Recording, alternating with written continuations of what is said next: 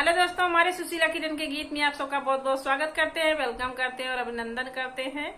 आज आप लोगों को एक बहुत मजेदार गारी गीत सुनाने जा रहे हैं। आप लोग फुलवात करके जरूर सुनिएगा और सुशीला किरण के गीत चैनल को ज्यादा से ज्यादा सपोर्ट कीजिएगा। बहुत प्यारा, बहुत मजेदार गारी गीत जब आप लोग सुनेंगे तो हंसेंगे। हमारे गले में साड़ी बिकाया है, देखा के बहनी खरीदा थी। हाँ, अब साड़ी कहाँ से कहाँ तक फहरा था। हाँ, दुल्हा बहनी खरीदा थी, समधी बहनी खरीदा थी और लड़के कहाँ जा थी।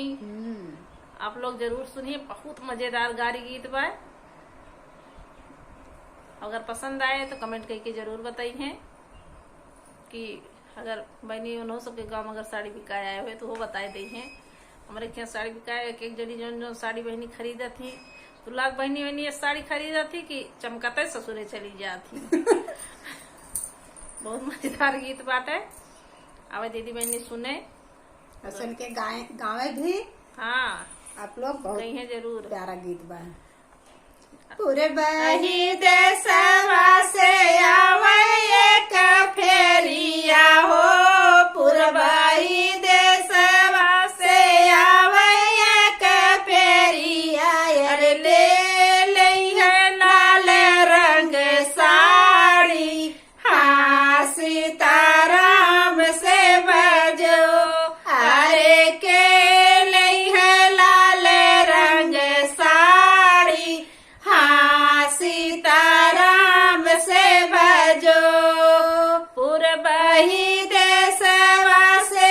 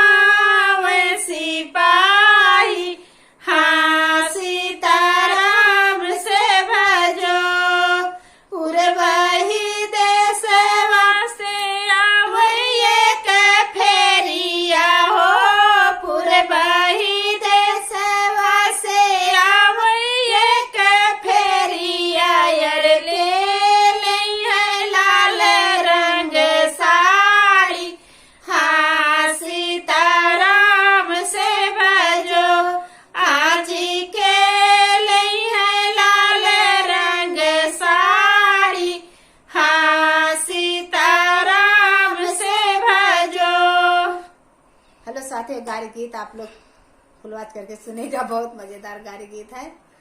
और सुशीला किरण के गीत चैनल को ज्यादा से ज्यादा सपोर्ट कीजिएगा। फिर मिलेंगे अगले गाने के साथ, तब तक के लिए धन्यवाद।